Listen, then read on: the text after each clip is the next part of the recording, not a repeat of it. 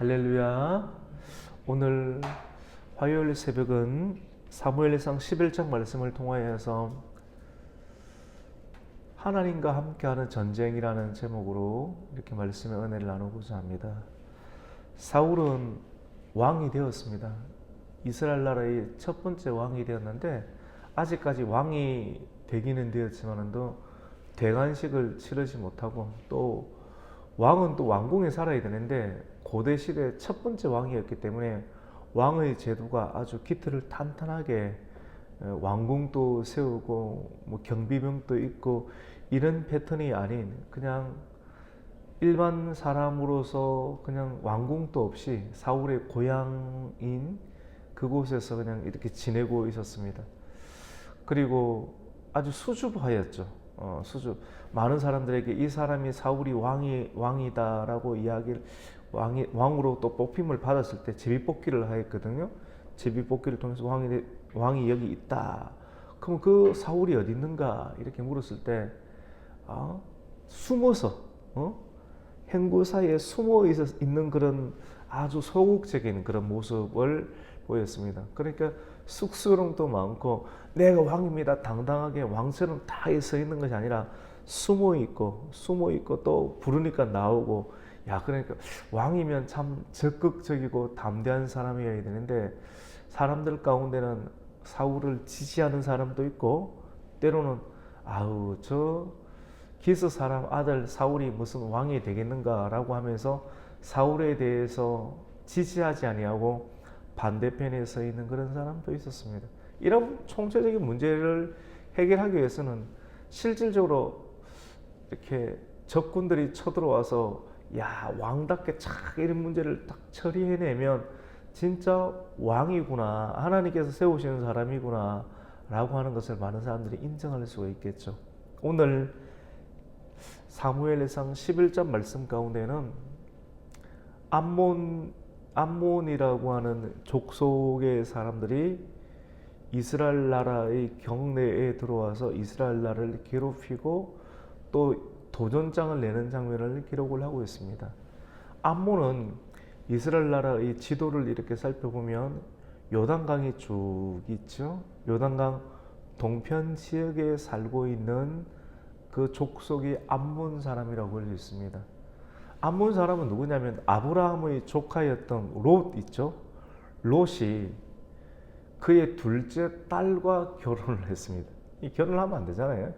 둘째 딸과 동침해서 낳았던 그런 족속이 암몬이고 그 사람들이 계속 쭉 이렇게 역사적으로 펼치게 되는 사람들이 암몬 족속이라고 볼 수 있는데 성경에서 보면 이 암몬 족속은 끊임없이 이스라엘 나라를 괴롭히고 또 모욕을 주었던 그런 나라다라고 볼 수가 있습니다. 사울이 왕이 되고 난 이후 얼마 되지 않아서 요단강 동편에 살고 있었던 암몬 족속이 암몬 족속 바로 밑에 지역 요단강 동편 쪽에 아래쪽에 있는 이스라엘 나라의 길랏 야베스라고 하는 사람들에게 나와서 공격을 하였습니다. 어디를 공격하였다고요? 길랏 야베스. 근데 오늘 성경에 보니까 암몬 사람 나하스가 이렇게 공격을 하였다라고 했습니다. 암몬의 왕이었던 나하스. 근데 이 나하스라는 뜻은 어떤 이름의 뜻이냐면 뱀이라는 뜻입니다. 뱀은 좀 좋지 못한 것이잖아요. 영적으로도 실질적으로도. 그래서 이름도 뱀이에요. 뱀이고 용이고 뱀이고 별로 좋은 것 아니잖아요. 이 중국도 이 용을 상징하지 않습니까? 용. 그다음에 이 뱀, 용, 또 성경에도 보면 옛 뱀이다.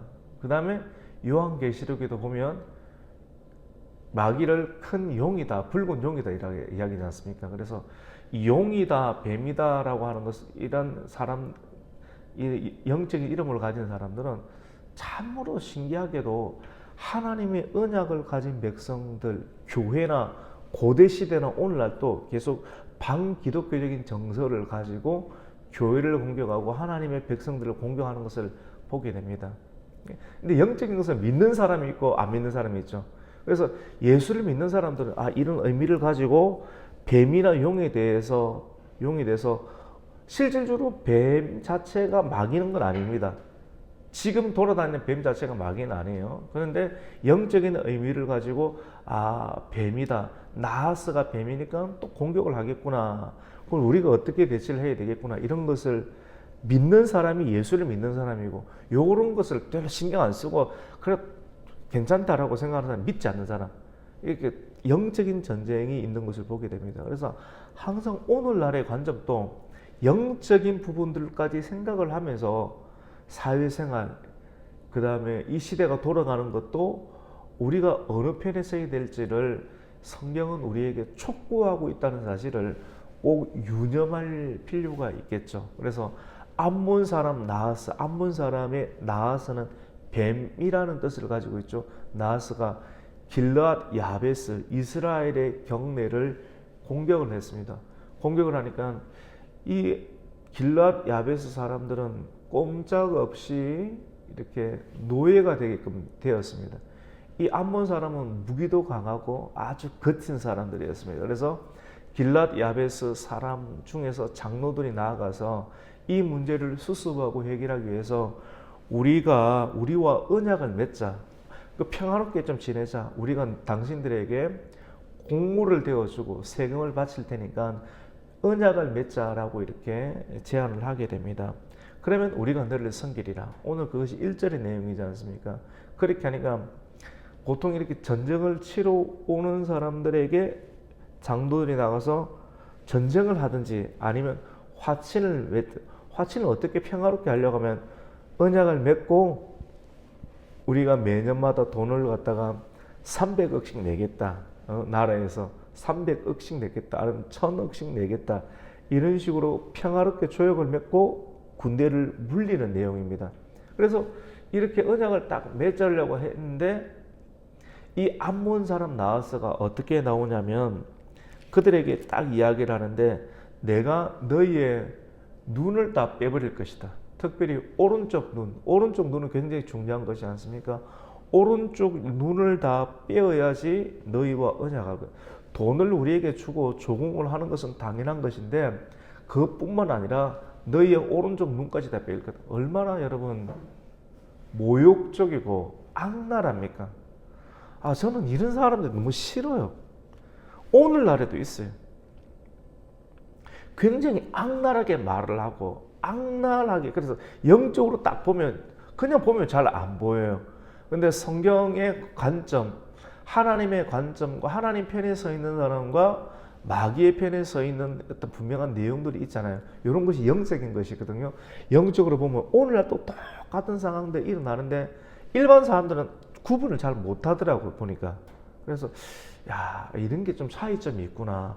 억지로 가르칠 수도 없고 계속 부드럽게 말하지만 잘 안 믿으려고 해요. 안 믿으려고. 근데 오늘 또 성경에는 그런 관점이 나와요. 그래서 이 악랄한 암몬 사람 눈을 다 뽑아버릴 거예요. 오른쪽 눈을 다 한두 사람 뽑는 것이 아니라 모든 사람을 뽑아서 너희들이 또 농사를 짓는 돈의 일부를 우리에게 바쳐야 된다. 50% 바쳐야 된다. 너무 악랄하지 않습니까? 무슨 근거로 이렇게 하는가? 근데 항상 롯이 그의 둘째 딸과, 이것이 비정상적인 결혼이잖아요.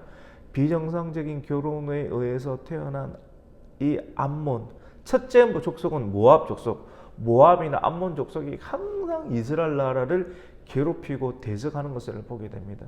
그래서 우리는 이 시대에 영적인 암몬을 쫓아내야 돼. 이런 사람들이 분명하게 살고 있어요. 같이 이 대한민국 안에도 살고 있어요. 근데 이런 사람들을 어떻게 또 쫓아낼 겁니까? 쉽지 않잖아요, 맞죠? 그래서 이거 영적인 전쟁이구나. 고대 시대에는 실질적으로 죽이고 살리고, 살지 못하면 죽이고, 내가 당신을 죽이지 않으면 우리가 죽으니까 실제로 죽이는 일들이 있었는데 오늘날의 시대에는 이렇게 죽일 수는 없지 않습니까? 그러면 어떻게까지 이런 사람들과 함께 살아가야 되며 또 대해야 되는지를 성경은 우리에게 말씀하고 있는 것을 보게 됩니다. 이스라엘 장로들이 그렇게 말을 하니까 그러면 우리에게 7일 동안, 특별히 사무엘상 내용에서는 이레라는 말을 씁니다. 이레라는 말은 7일이죠.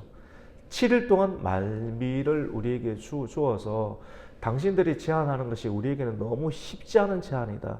눈까지 다 백성들의 눈까지 다 빼고 조공을 바치라는 내용. 이게 누가 하겠는가? 이게 막무가내로 들어오는 거지 않습니까? 그래서 7일간의 말미를 우리에게 주면 7일 뒤에 우리 눈 또 빼고 다 빼줄 것이다. 눈을 빼서 줄 것인지 아니면 우리가 한번 전쟁을 할 것인지 7일 동안 말미를 주십시오라고 이야기를 장로들이 어른들이 부드럽게 이렇게 이야기를 했습니다. 그래서 그러고 난 다음에 이제 전령들을 보내어서 이스라엘 나라 사람들에게 다 알립니다. 왜냐하면 길르앗 야벳은 이스라엘 나라의 하나의 지역이지 않습니까? 그러니까 이스라엘에 12개의 지파가 있는데 그 지파 사람들에게 전령들을 보내서 우리는 길르앗 야벳 사람들인데 지금 며칠 전에 암몬 사람들이 우리 지역에 들어와서 논을 다 뽑고 또 조공을 바치라고 하는데 우리를 좀 도와주십시오. 당신들이 안 도와주면 7일 뒤에 우리 족속들이 눈을 다 빼게 생겼습니다. 라고 이야기를 하니까 이 이야기가 쫙 이스라엘 전 지역 가운데 퍼지게 되었습니다. 이스라엘 사람들이 이 이야기를 듣고 그냥 우는 거예요. 왜냐하면 할 수 있는 걸 우는 것밖에. 왜냐하면 암몬 사람들은 못 이길 것 같아요. 암몬과 전쟁을 할 수 있는 힘이 없고 엄두가 나지 않아서 아무도 못 나가. 그냥 어쩌나 너무 안타까워서. 근데 사실은 길르앗 야베스만 눈을 빼는 것이 아니라 여기서 눈을 다 빼주면 이 사람들이 이스라엘 전체로 들어서 눈을 다 빼달라고 이렇게 할 텐데 이렇게 마음이 뭐 힘든 정도가 아니라 어떡하지 뭐 땅만 치면서 울고 있는 거예요. 근데 하필이면 그 우는 장면이 사울이 그때 농사를 짓고 있었습니다. 왕이 되었지만 고대 시대 첫 번째 왕이었기 때문에 왕궁에 있고 이런 것도 아니었고 일반 사람들은 생각하는데 소 한결이면 소 두 마리지 않습니까? 두 마리의 멍에를 씌워서 밭을 갈고 오다가 백성들이 막 소리를 높여 막 울고 있는 거예요. 근데 우는 소리를 듣고 왜 백성들아 울고 있느냐? 그러니까 이 암몬 사람이 길르앗 야벳 사람들의 눈을 다 뽑아버리고 조공을 바치라는 내용이 나왔다는 소식을 듣고 그 소식을 딱 듣는데 이전 같았으면 그러냐 어쩌겠어 이랬는데 사울이 하나님의 영에 충만해졌지 않습니까? 그리고 예언도 하고 성령에 임하고 예언도 했던 하나님의 경험들이 있잖아요. 그런데 이렇게 왕으로 또 세움을 받았고 그러면서도 일을 하고 있는데 백성들이 적군들에게 눈이 두 놈이 뽑히게 생겼고 조공을 바치게 생겼고 자기는 왕인데 이 소식을 듣는데 갑자기 성령이 강하게 임해서 이전하고 다른 형태로 어떻게 그렇게 할 수가 있느냐면서 왕의 면모를 나타내면서 성령이 임하니까 강력하게 영이 쏴 일어나는 게 기운이 일어나는 거예요. 그러면서 그 자리에서 일하고 있던 내가 지금 일하고 있을 형편이냐고 하면서 자기가 일하고 있던 그 소 한결인 두 마리지 않습니까? 그 자리에서 각을 떠버립니다. 야, 이게 사람이 결단하지 않고서 나타나지 않는 모습이지 않습니까? 각을 떠서 소 두 마리를 다 쪼개어서 12도막을 내어서 이스라엘 전 지파에게 나눠줍니다. 그러면서 이야기를 하게끔 합니다. 지금 나라가 죽게 생겼는데 나라가 완전히 넘어가게 생겼는데 암몬 지역 암몬에 의해서 이 우리의 족속이었던 길르앗 야베스가 죽게 생겼는데 눈이 뽑히게 생겼는데 당신들이 울고만 앉아서 있어도 되겠느냐 하면서 내 이야기를 듣고 내가 왕이니까 내 이야기를 듣고 다 모이지 않으면 여러분들의 소가 이 소처럼 될 것이다. 소 다리는 다리, 앞다리 해서 12개를 쫙 보내버립니다. 그러니까 사울의 메시지를 듣고 그리고 소의 시체 일부들 받았지 않습니까? 각을 떠버렸으니까 와, 우리가 사울의 말을 듣지 아니하면 우리 소를 다 이렇게 만들어버리겠다라고 하는 사울의 말을 듣고 두려움이 생겼어요. 다 교회에 나와야 됩니다. 나라가 힘들지 않습니까? 우리 함께 기도해야 됩니다. 다 나와야 됩니다. 이런 메시지를 강력하게 들을 때 사람들에게 경외심이 생겨서 쫙 한 마음으로 모여들었다라고 하는 거예요. 누구 중심으로? 사울 중심으로. 그래서 이스라엘의 12지파가 있잖아요. 12지파 가운데 유다 지파에서 3만 명이 나오고 나머지 11지파에서 30만 명이 모이게 됩니다. 그럼 총 몇만 명입니까? 33만 명이라는 어마어마한 대군들이 모입니다. 이게 이렇게 이만한 사람들을 모을 수 있는 것, 하나님의 능력이 아니고서는 모을 수가 없는 거예요. 사울에게 임하였던, 사울은 굉장히 수줍이 많아서 왕으로 뽑혔을 때도 숨어 있고 수레 밖에 자루 옆에서 숨어갖고 아이고 나는 말도 못하는데 나를 위해서 뭘 하겠어, 이런 사람이었는데 하나님의 영이 강력하게 임하니까 소를 쪼개어서 보내면서 내 말을 듣지 아니하면 당신들의 소가 이런 식으로 될 것이다. 강력한 리더십으로 백성들의 마음을 하나로 끌어모으게 되었습니다. 그래서 이 백성들을 33만 명의 군대를 세 조직으로 나누어서 그날 아침 새벽부터 점심 때까지 암몬 지역의 중심 가운데 들어가서 암몬을 완전히 초토화시켜 버리게 되었습니다. 그래서 암몬과의 전쟁에서 사울이 이기게 되었죠. 이 사건을 통해서 백성들은 이야, 진짜 사울이 우리의 왕이구나, 하나님께서 세워주신 왕이구나 하는 것을 확증하게 되었습니다. 그런 이유 가운데, 승리를 거두고 난 이유 가운데 백성들 중에 처음에 사울이 왕으로 뽑히게 되었을 때 저 사람이 우리의 왕이 될 수 있을까라고 의심했던 사람, 비아냥거리는 사람들이 있었는데, 이런 사람들을 두고 사울이 얼마나 마음이 속이 상했습니까? 뭐 예를 들어서 오늘날 어떤 교회에 어떤 목사님이 쫙 위임을 딱 받았는데 아우 생긴 것도 야리야리하게 생겼고 저 목사님이 뭐 설교나 제대로 할 수 있겠는가, 이 큰 교회를 이끌어갈 수 있겠는가, 이렇게 뭐 반대 그룹에 서 있는 사람도 있을 거 아닙니까? 이런 식으로 말하는 사람, 그러니까 얼마나 목사님 마음이 힘들겠어요. 사울이 왕이 이렇게 되었을 때도 사울에 대해서 지지하지 않는 사람들이 있었다라고 하는 거예요. 근데도 사울은 조용히 갔는데 이제 승리를 거두고 난 이유 가운데 요 상황을 딱 보고 사람들이 일어나서 누가 사울을 우리의 왕이 안 된다라고 말하였느냐, 끌어내어서 그 사람들을 다 죽이겠다라고 하니까 사울이 하지 마라. 보통 그러면 자기를 반대하는 사람들 다 죽이라라고 했는데 사울은 그렇게 할 수가 없다. 그 내용이 오늘 12절 13절 내용입니다. 우리 한번 읽어 보겠습니다. 백성이 사무엘에게 이르되 사울이 어찌 우리를 다스리겠느냐, 한 자가 누구이니까 그들을 끌어내어서 우리가 죽이겠느냐, 이런 식으로 막 충성파들이 일어났습니다. 그러니까 사울이 어떻게 했는가 하면 13절을 읽습니다. 사울이 이르되 이날에는 사람을 죽이지 못하리니 여호와께서 오늘 이스라엘 중에 구원을 베푸셨음이라. 보통 이렇게 하면 그래 죽이라, 내 반대하는 사람들 다 죽이라, 이렇게 할 수도 있겠지만도 요때도 사울은 중심을 잡았어요. 좌로나 우로나 치우치지 않고 중심을 잡는 것이 굉장히 중요하거든요. 기분에 따라 분위기에 따라 확 휩쓸리면 실수하는 것이에요. 근데 사울은 요때도 하나님의 성령에 딱 이끌려서 중심을 딱 잡고 이날 사람들을 죽여서는 안 된다.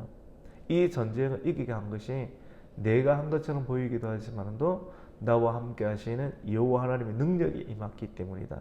하나님께서 구원을 베푸신 이날 사람을 죽이지 마라, 기회를 주어라 라고 중심을 딱 잡고 말합니다. 오늘 이 말씀을 통하여서 우리 삶 주변에 말을 톡하게 하는 사람들이 있어요. 아주 눈을 삐어 우리 평화롭게 살자, 갑자기 쳐들어와서 우리가 돈 주고 할 테니까 그냥 물러가라. 아니, 돈 누르면 안 돼. 네 눈을 다 빼야 되겠어. 이런 식으로 말하는 영적인 암몬에 대해서 하나님께서 세우신 왕을 통해서 그 아주 모욕적인 말을 하는 사람, 독한 패턴을 가진 사람들을 영적인 암몬을 물리치는 하나님의 성령의 역사, 하나님께서 일들을 하셔야 됩니다. 사람이 할 수가 없다라고 하는 거예요. 그래서 하나님께서 영적인 암몬을 물리치고 승리를 주시는 장면을 우리에게도 보게 됩니다. 오늘날 이 시대를 살아가면서 하나님의 교회 그리고 하나님의 나라를 무너뜨리려고 하는 반기독교 세력들 굉장히 많습니다. 영적인 암몬이죠, 맞죠? 우리나라는 기독교에 의해서 선교사들 기독교에 의해서 우리나라가 세워졌지 않습니까? 이 반기독교를 무너뜨리는 것은 나라를 무너뜨리려고 하는 세력들이 많이 있는 거예요. 영적으로 봐야 돼요. 그래 이런 것에 대해서는 영적으로 몰아내야 된다. 아이를 놓지 말자. 남자들을 비하하는 페미니즘 사상들이 오늘날 여성들, 똑똑한 여성들한테 굉장히 많이 있습니다. 그래서 이런 상황, 반동성애, 반기독교, 반페미니즘 사상, 이런 사상들이 교회에 대해서, 하나님에 대해서, 하나님을 자꾸 멀리 교회를 축소시키려고 하는 세력이 오늘날 대한민국에 파다합니다. 요렇게 또 이런 걸 지지하는 정당도 있습니다. 근데 표면적으로 다 죽일 수는 없지 않습니까? 그러면 우리 이런 시대를 살아가면서 성경이 우리에게 가르쳐 주는 거예요. 우리에게 어떻게 해야 되는가? 영적으로 이 영적인 전쟁이다. 사람을 죽일 수는 없어요. 고대 시대처럼 그렇게 할 수는 없어요. 고대 시대는 눈을 빼버린다든지 사람을 이처럼 구약 시대는 그렇게 하지만도 이 신약 시대는 그렇게는 할 수는 없는데 영적으로 분별력을 가지고 우리가 어느 편에 서 있어야 될지 그리고 서 있으면서 얼마나 지혜롭게 활동해야 될지 성경이 그렇게 가르쳐 준다는 거예요. 제가 계속 그렇게 가르쳐 주는데 따라오는 사람이 있고 끝까지 안 따라오는 사람이 있어요. 그래서 오늘 이런 내용들을 가지고 영적으로 분별력을 해서 영적으로 이 전쟁들을 이기고 기도하여서 이 나라가 잘 세워져 가고 교회가 잘 세워져 가고 우리의 후손들이 신앙생활을 잘 해낼 수 있는 나라들을 물려줄 수 있는 기도하는 성도, 행동하는 성도가 되시기를 예수 그리스도 이름으로 축원합니다. 아멘. 하나님 아버지 감사를 드립니다. 사울이 왕이 된 그 시대 가운데에도 암몬이 쳐들어와서 눈을 빼버리겠다라고 공격하는 아주 못되고 모욕적인 그런 기가 막힌 공격들이 있었습니다. 사람들은 이런 무차별적인 공격 가운데 울기만 하였지만도 하나님의 성령을 받았던 사울이 일어나서 이 문제를 풀어내는 것을 보게 됩니다. 하나님, 이 시대를 바라보면서 이 사회를 바라보면서 영적인 상황이 분명하게 있는 것을 분명하게 보게 됩니다. 근데 이것을 어떻게 싸워야 될지 어떻게 대응해야 될지 많은 사람들이 주저하고 울기만 하고 그냥 중립적인 상황 가운데만 서 있고 그러다가 몰락하는 경우들이 있습니다. 하나님, 오늘 이 말씀을 통하여서 이 시대, 이 신약의 시대 가운데 우리가 어떻게 대응해야 될지 성령으로 역사해 주시고 하나님의 편에 서서 하나님께서 이 나라를 다스리고 영적인 암몬을 몰아내고 성립케 하여 우리와 우리의 후손들이 계속해서 하나님을 예배하며 하나님의 주권을 올려드릴 수 있는 교회와 이 나라를 세워갈 수 있도록 은혜를 베풀어 주시옵소서. 예수님의 이름으로 기도드립니다. 아멘.